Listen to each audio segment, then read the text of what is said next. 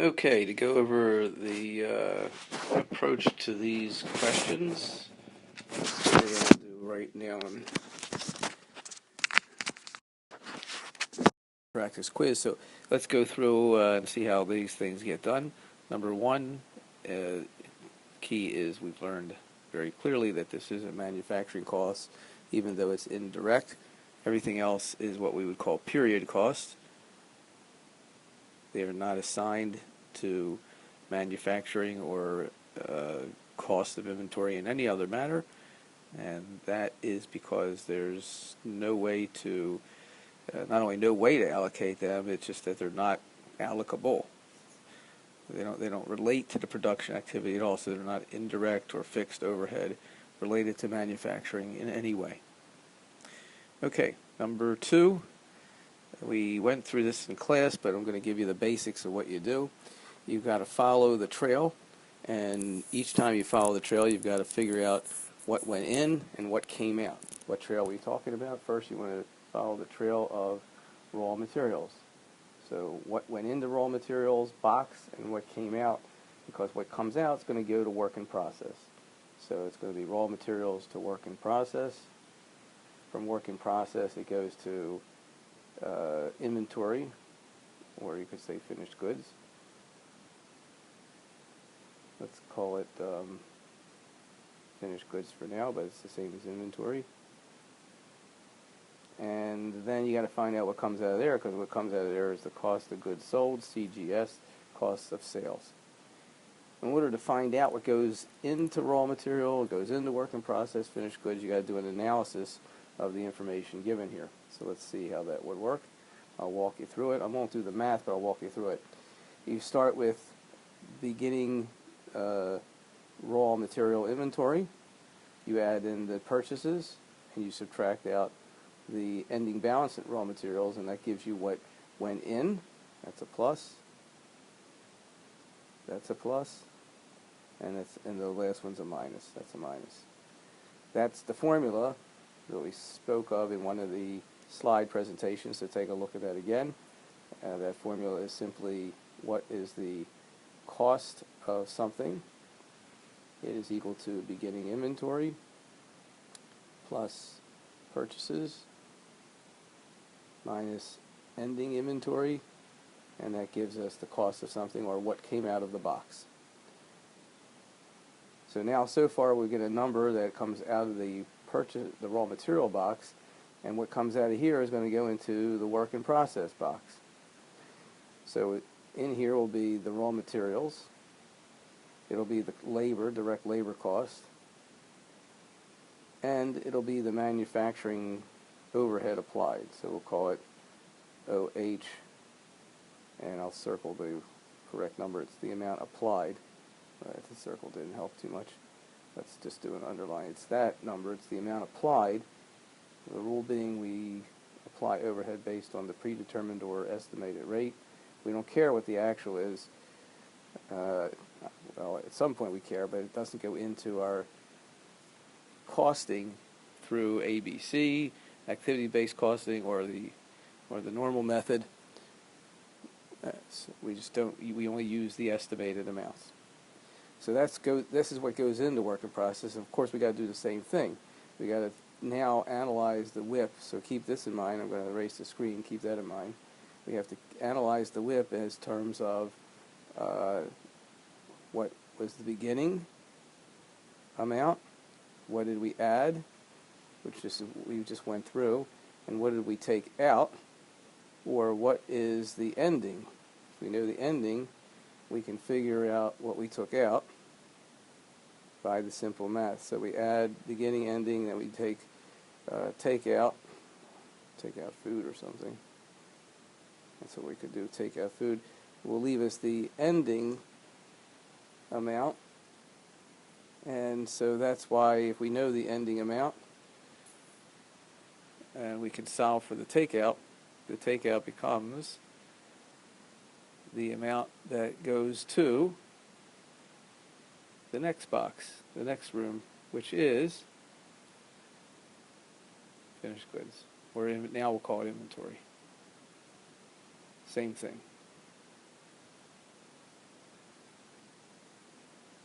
You get the picture. Okay, now when we get to the ending inventory, we do the same thing. Or when we get to what went into inventory, we're going to do the same thing. Now that we traced it from the raw materials to the work in process to the finish, the inventory, and now to get the cost of goods sold, it's the old formula, the old standby formula, which is beginning inventory, purchases, subtract out ending inventory, and you get cost of goods sold. So you do the math. You know this, you know that, and you know this. There's your cost of goods sold. That goes to the cost of goods sold, and that will come out to be answer A. All right, moving right along. Number 3, fairly simple. We go to the formula of sales minus cost of goods sold equals margin or gross profit. That's what we're trying to get to. So you just simply do the math as we did in class. You just turn it around. If you want to get the this is the cost of goods sold. The formula we had in class, or the slide, was that gross profit equals sales minus cost of goods sold. So if you want to derive this, just do the algebra. The algebra would work sort of like this. It would be sales minus GP equals cost of goods sold. There you go. And when you solve for it, you'll come up with answer B. How do I know? Because you're seeing the answers on there. That's very interesting. I forgot that I pulled up the wrong one. Okay, so anyway, now I don't feel bad that I'm not going through the actual dollar amounts, because you can see the answers yourself. They're indicated on here. Okay. It's late at night. What can I tell you? All right, so let's go through ones that I need to explain. This one you can find not only on my slides, but on the textbook. This one's obvious.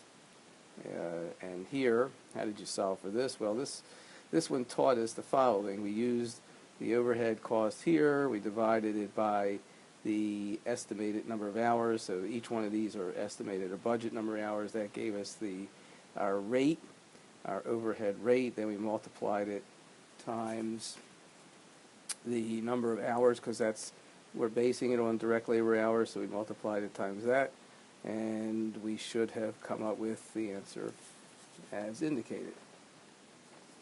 That's number 5. Number 6, just to walk you through how it's done, is the key here is we use the actual material. When it's a direct cost, we use the actual. So this is like a smoke screen. We don't use this one.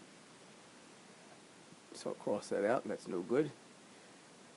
We do use the 380, the actual material, and then we use the actual, where's the labor? The labor was 19, here we go, 19 point times this rate. That would be the labor amount. So far we've had 380, then with the labor amount multiplied out, and then you do the direct rate, or the rate for overhead, which is $9 an hour, times the number of hours, 19.25. Add all three together, and you'll get the right answer. All right.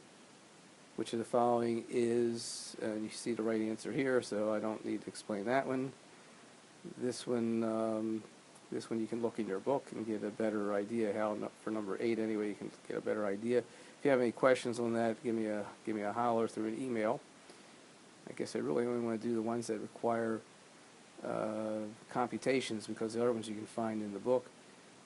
Same with this, although we did go over this in the class a little bit, and it got it cleared up that the reason why this works is because they're getting charged based on the variable rate, the actual activity they used, and here they're also getting charged on their fixed costs relative to the other departments. Take a look in the book on that one. Same thing for number 10. It's clearly in the book on page 225. Take a look there. Make sure you understand that. Let's move forward again with computational ones. So here, this is an application of ABC costing, and what you do first is you figure out your estimated overhead cost. Well, that's given. Now you got to figure out your estimated hours, and that's given, but you got to put the two together because it's the total estimated hours. So put the total of those two together by department. You got lifeguarding department as 1. You got maintenance as part 2. Once you figure out the rate for lifeguarding of 63,940 divided by the total of the 2 hours put together, you'll get 1150 for the lifeguarding rate. You'll get 22 for the maintenance by doing the same thing. Answer B, as you see. Moving forward, here what we had to do is, let me see if I remember. Yes, we have to do the same. We have to do the rate. That's what we need to get. So the rate's going to be based on the total cost, 17,600, divided by, and that's not estimated at this point because we know it, but it's, and divided by the, and this is overhead, divided by the estimated use of units of overhead here. And then once you get the rate, which I think is like 0.022 or something like that, then you multiply times the number of copies and you'll get the correct answer. For number 13, that's, you can look in the book, but it turns out that it's clearly nobody can be, it's answer D, as you see, but it clearly can't be combined because everybody's got a different driver. So if you can't, it's like you're mixing apples and oranges. There's different drivers for each. If one had the same driver, you could combine them. Okay, now, how did this one work out? This is the slide one, and what we had to do is we had to, for activity 3, that's what it's asking. For activity 3, what we had to do is figure out its estimated cost in total, divided by the estimated units in total, which is 1,200, 36,000 divided by 1,200. Turns out to be $30. Answer C. That's pretty straightforward. At this point, you're getting the hang of it. Now, the last one, which again, you're going to get the hang of it, but it's a little tedious because you got a bunch of different overhead costs here. You got the design cost, you've got deliveries, and you've got online orders. And each one of them has an estimated dollar amount over here, so you got to do each one separate. So each one of these gets divided by the estimated amount of units that you expect to have. So bouquet 60,000 gets divided by 60,000 bouquets gets divided by the estimated amount of design bouquets of 15,000, gives us a overhead rate of $4. We did 1,300 designs, so $4 times 1,300 gives us 5,200. So that's one part, and there's going to be 3 parts altogether. The delivery rate is 21,000 divided by the amount of deliveries expected, which is 2,000. So the rate there is $10.50.